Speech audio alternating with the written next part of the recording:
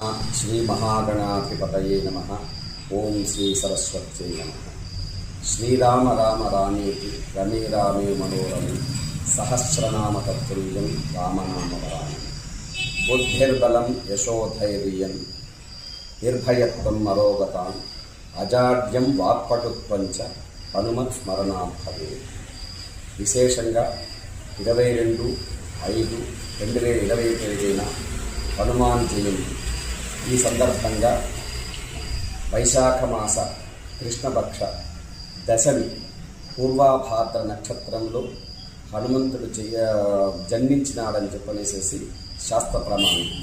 ఈ ప్రకారంగా ఆంధ్ర రాష్ట్రమంతా కూడాను ఈ రోజును పర్వదినంగా భావించి హనుమంతునికి విశేషవంతమైనటువంటి పూజలు నిర్వహించడం జరుగుతుంది.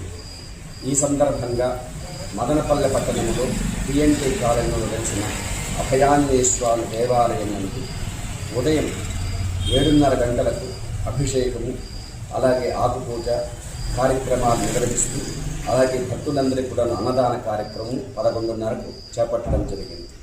సాయంకాలం 7 గంటలకు ప్రాకారోత్సవ కార్యక్రమం జరపడం మామూలుగా జరుగుతూ ఉంది. అయితే హనుమంతుడు అన్నిటికి కూడాను ధైర్య సాహసాలకు, జ్ఞానశక్తికి, మనోబలానికి ఆయనకు పెట్టింది పేరు కాబట్టి అందరూ ఆయన్ను స్మరించడం చాలా విశేషం.